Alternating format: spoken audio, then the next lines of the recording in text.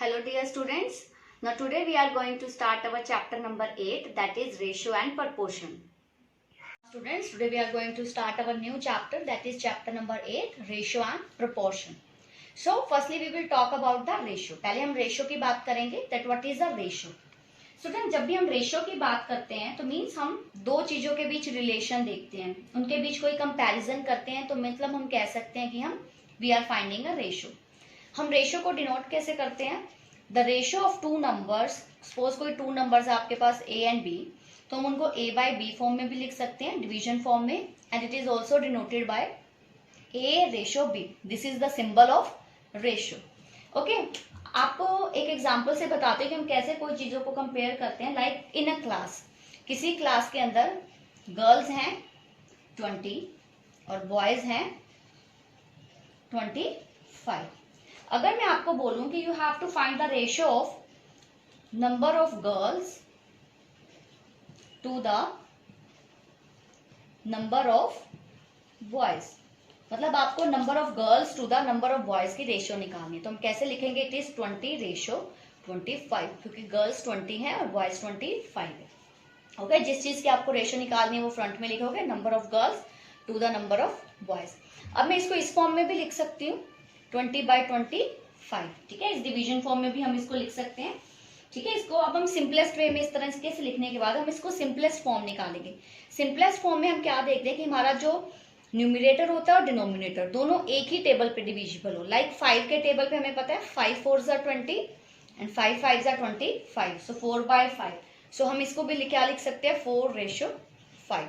तो हमारी जो रेशियो है number of girls to the number of boys के आगे 4/5. अब यही आपको सिमिलरली इस तरीके से पूछ लिया जाए कि you have to find the ratio of girls to the total number of students. मतलब आपको पूछा जाए कि number of girls to the total number of students, तो अब हम कैसे फाइंड आउट करेंगे? हमें पता है गर्ल्स की रेशियो 20 है. टोटल नंबर ऑफ स्टूडेंट्स क्या होंगे? जितनी गर्ल्स हैं प्लस बॉयज हैं, मीन्स 20 प्लस 25 मीन्स 45 आपके क्या है? Total students. So 20 ratio 45. इसको भी हम सिंपलेस्ट फॉर्म में अगर सॉल्व करेंगे तो 5 4s are 20, 5 9s are 45. तो रेशियो विल बी योर 4/9. इस टाइप के आपको क्वेश्चंस आएंगे आपकी एक्सरसाइज में. You have to find the ratios. Now students, our next topic is equivalent ratios. Students, हमें डेफिनेशन से ही क्लियर है इक्विवेलेंट. इक्वी मीन्स इक्वल, मतलब अगर कोई दो रेशियो सेम है मतलब तो वो क्या होंगी? इक्विवेलेंट होंगी. देखो जैसे बच्चे, अगर आपके पास कोई मैं रेशियो देती हूँ दैट इज 5/7, हम इसको किस फॉर्म में लिख सकते हैं? 5/7. आपको एक और चीज है हमें बताना चाहूंगी बच्चे, जब भी आप रेशियोज को इस फॉर्म में लिखते हो 5/7, तो जो ये आपकी फर्स्ट टर्म होती है, मीन्स अगर हमें इसको इस फॉर्म में लिखूं that is A ratio B. A ratio B क्या? 5/7. तो जो आपकी फर्स्ट रेशियो होती है, मतलब जो ए होता है, आप उस ए को हमेशा क्या बोलते हो? It is called as antecedent. Okay, the first ratio is called as antecedent and the second ratio B is called as consequent. Okay, जब आप किन्हीं रेशियोज में बच्चे आप क्या करते हो? न्यूमिनेटर को और डिनोमिनेटर को किसी भी सेम नंबर से मल्टीप्लाई या डिवाइड करते हो. सपोज 5/7 है, मैं न्यूमिनेटर में भी 3 से मल्टीप्लाई कर दूं और डिनोमिनेटर में भी 3 से मल्टीप्लाई करूंगी, बट आई विल गेट 15/21. तो ओके, ये जो अभी दोनों रेशियोज आई है मेरे पास 5/7 और 15/21, ये दोनों क्या होंगे? आपस में इक्विवेलेंट रेशियोज होंगे. ठीक है, मतलब आप जब न्यूमिनेटर और डिनोमिनेटर को किसी भी नॉन जीरो नंबर से मल्टीप्लाई कर दो, या अनदर ऑप्शन आपके पास होता है, सपोज मेरे पास कोई रेशियो है 5/15 मीन्स 5/15 है. अगर मैं इसको डिवाइड कर दूं सेम नंबर से, लाइक 5 से डिवाइड कर देती हूँ मैं, so what I will get? 1/3. तो 5/15 और 1/3 ये दोनों रेशियोज आपस में क्या रहेंगी? हमेशा इक्विवेलेंट रेशियोज रहेंगी. ओके, आप न्यूमिनेटर और डिनोमिनेटर को जब नॉन जीरो नंबर से चाहे तो मल्टीप्लाई करो या डिवाइड करो, देन आपको जो रेशियोज मिलेंगी तो हमें क्या मिलती हैं? ये इक्विवेलेंट रेशियोज मिलती हैं. Okay students our next topic is comparison of ratios. Now I will tell you कि हम दो रेशियोज को कंपेयर कैसे करते हैं. लाइक मैंने यहाँ 2 रेशियोज लिए बच्चे आपके, एक तो 3:4, एक 2:3. अब हमें इन्हें कंपैरिजन करना है. कैसे करेंगे हम कंपेयर? पहले हम इनको सिंपली फॉर्म में लिखेंगे, दैट इज 3/4 है ना, और इसको क्या लिखेंगे हम 2/3. ओके, फर्स्ट स्टेप आपका हमेशा बच्चे क्या रहेगा कि आप डिनोमिनेटर्स का एलसीएम लोगे. सबसे पहला स्टेप क्या है?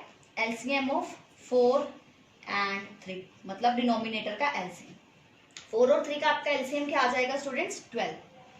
ओके, एलसीएम लेने के बाद आपने क्या करना है, जो डिनोमिनेटर है उसको एलसीएम वाला टर्म बनाना है. मीन्स आपके पास जो फर्स्ट है 3/4. अब आप देखो कि आपको 4 को किससे मल्टीप्लाई करो कि आपको डिनोमिनेटर में 12 चाहिए, जो हमारा एलसीएम है. हमें पता है 4 3 12, और हम हमेशा न्यूमिनेटर और डिनोमिनेटर में सेम नंबर से मल्टीप्लाई करेंगे. सो 3 से ही न्यूमिनेटर को मल्टीप्लाई, 3 से ही डिनोमिनेटर. So 3 3 9 and 4 3 12. आपको डिनोमिनेटर 12 बनाना है, आपको ये ध्यान रखना है. नेक्स्ट देखो 2/3. अब 2/3 में भी आपको क्या करना है, डिनोमिनेटर क्या बनाना है? 12. सो हम किससे मल्टीप्लाई करेंगे? 4 से, और 4 से न्यूमिनेटर में. सो 2 4 8, 3 4 12. ओके स्टूडेंट्स, अब देखो हमारा दोनों में डिनोमिनेटर क्या हो गया? सेम. अब मैं 9/12 और 8/12 को कंपेयर कर सकती हूँ, राइट? अब बताओ 9/12 और 8/12 में से बड़ा कौन सा है? 9/12. तो इट मीन्स जो आपका 9/12 जो था 3/4, मीन्स आपकी जो 3/4 रेशियो है, आपकी 3:4 है, वो ग्रेटर देन है किससे? 2:3 से.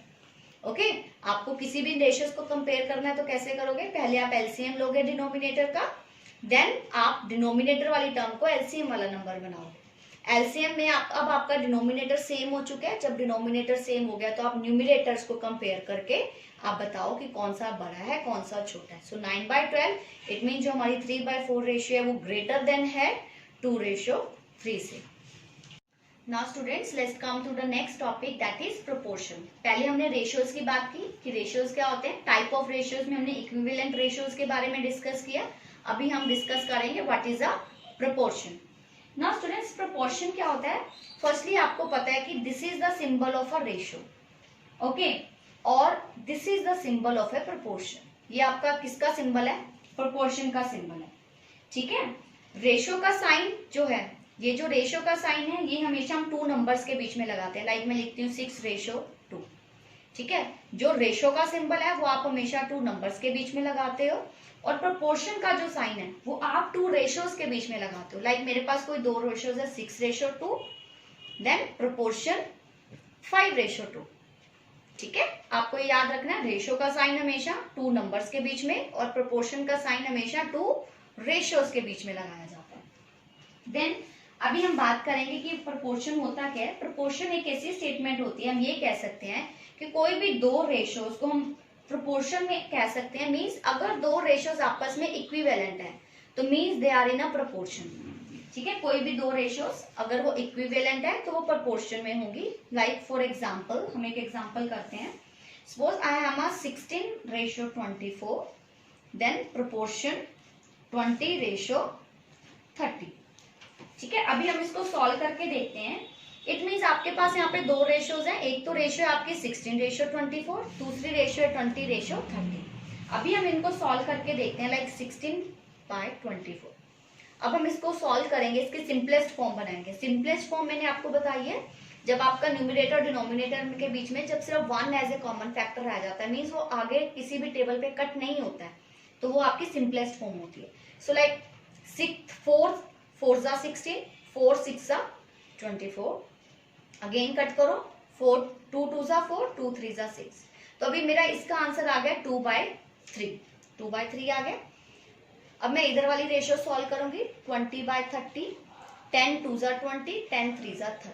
तो ये भी मेरे पास क्या आ गया? 2/3. अब देखो ये दोनों रेशियोज सेम आ गए हैं, मतलब ये दोनों रेशियोज आपस में क्या है? इक्विवेलेंट है. जब भी कोई 2 रेशियोज आपस में बच्चों इक्विवेलेंट होंगे, it means they are in a proportion.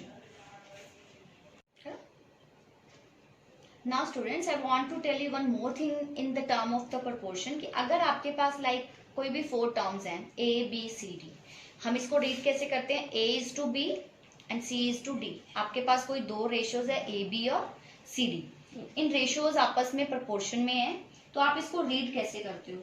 Students, हमेशा हमारी जो फर्स्ट टर्म है ये आपकी first term, second, third and fourth, जो आपकी फर्स्ट एंड फोर्थ टर्म होती है लाइक A और D है जो, ठीक है, A एंड D, इनको हम हमेशा क्या बोलते हैं? Extreme terms. Okay, the name of these is extreme terms. A और D is a extreme term. और जो B और C है इसको आप हमेशा क्या बोलोगे? Middle terms. और यहां से एक हमारी इक्वेशन रेडी होती है टू सोल्व द क्वेश्चंस कि product of extremes is equal to product of means, या मिडल टर्म्स भी बोल सकते हो। मतलब product of extremes is equals to product of means. ठीक है, आप इसको मिडल टर्म्स भी बोल सकते हो या मीन्स भी बोल सकते हो। Means A multiply D will be equals to your B multiply C। Okay, ये आपकी क्वेश्चंस को सॉल्व करने में इसकी आपको बहुत जरूरत पड़ेगी जब भी आपके पास 4 टर्म्स होगी like A B C D, दो रेशियोज आपस में प्रोपोर्शन होगी। तो व्हाट वी ऑब्जर्व कि product of extremes means A multiply D, that will be equal to your B multiply C। Okay, and these also you can say that it is AD is equal to BC. These all are in multiplication. Now students, let's come to the next topic, that is your continued proportion. Now students, हम कब कहेंगे कि हमारी जो numbers हैं they are in continued proportion? Suppose you having these 4 numbers 4, 8, 8, 16. अगर आपकी second और थर्ड टर्म मीन्स आपकी जो सेकेंड टर्म है एंड थर्ड टर्म है दे आर सेम, अभी मेरी सेकेंड टर्म और थर्ड टर्म आर सेम, या आप कह सकते हो इक्वल रहेंगी, तो means then this proportion is in continued proportion. आपको पता है ये दो रेशियोज के बीच में क्या है? प्रोपोर्शन है। आपकी ये दोनों रेशियोज जो प्रोपोर्शन में है, अगर उनकी सेकेंड और थर्ड टर्म सेम रहेगी तो it means they are in a continued proportion. अब यहाँ पे सेकेंड और थर्ड टर्म सेम है, इक्वल है, तो व्हाट वी से, हम क्या कह सकते हैं कि 4, 8 and 16 are in continued proportion. ठीक है, आपको कॉन्टिन्यूड प्रोपोर्शन के लिए हमेशा क्या चेक करना है कि आपकी जो सेकेंड टर्म है और थर्ड टर्म वो आपस में इक्वल रहेंगी, तो means your proportion is a continued proportion. Now students, I want to tell you one more thing.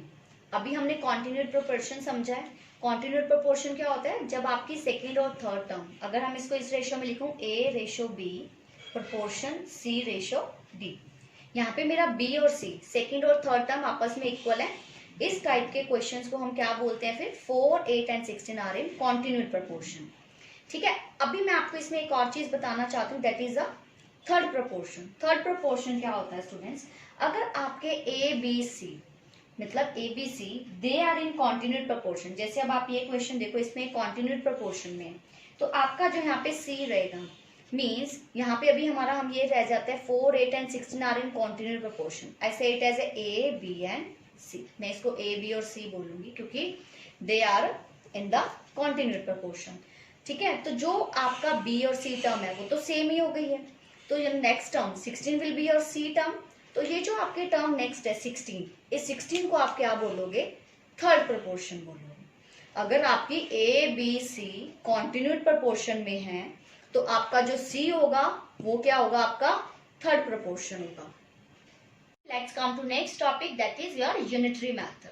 Unitary method की नाम से आप समझ सकते हो, that is unit. Unit means 1। आपको किसी एक चीज की, एक यूनिट की जब वैल्यू निकालनी होती है तो हम क्या यूज करते हैं? यूनिटरी मेथड यूज करते हैं। सपोज मैं आपको 6 पेन्स देती हूँ और 6 पेन्स की कॉस्ट क्या है? ₹60। अब आपको 13 पेन्स की कॉस्ट फाइंड आउट करनी है। ठीक है, अब मुझे अगर 1 पेन की कॉस्ट पता होगी तो मैं 13 पेन्स की कॉस्ट निकाल सकती हूँ। स्टूडेंट्स, एक चीज आपको, दो चीजें याद करनी है हमेशा, जब भी आपको ज्यादा जब भी आपको ज्यादा से कम की वैल्यू निकालनी है, मतलब आपके पास ज्यादा चीजों की कॉस्ट है और आपको कम की निकालनी है, लाइक यहाँ पे आपको 6 पेन्स की कॉस्ट गिवन है और आपको 1 की निकालनी है, एट दैट टाइम आप हमेशा क्या करोगे? डिवाइड करोगे। सेकंड, जब भी आपको कम से ज्यादा की निकालनी है तब आप हमेशा क्या करोगे, मल्टीप्लाई करोगे। आपको ये 2 स्टेप्स हमेशा याद रखने। अब मेरे पास 6 पेन्स की कॉस्ट है और मुझे 1 की निकालनी है, मतलब मुझे ज्यादा से कम की निकालनी, तो मैं क्या करूंगी, डिवाइड। मीन्स अब आप यहाँ पे क्या करोगे, 60 डिवाइडेड बाय 6, क्या आ गया आपका 10। तो आपकी यहाँ पर 1 पेन की कॉस्ट क्या आ गई स्टूडेंट्स, 10 रुपीज आ गई। आपका एक पेन कितने का है, 10 का है। अब मुझे क्या करना है, 13 पेन्स की निकालनी है, मतलब कम से ज्यादा की कॉस्ट निकालनी है, तो कम से ज्यादा में आप मल्टीप्लाई। अब आपको 13 पेन्स की कॉस्ट निकालनी है, 1 पेन की कॉस्ट 10 है, तो आप क्या करोगे, ₹10 को किससे मल्टीप्लाई करोगे, 13 से करोगे। So answer will be ₹130। तो आपके 13 पेन्स की कॉस्ट क्या आ गई, 130 रुपीज आ गई। This is your unitary method.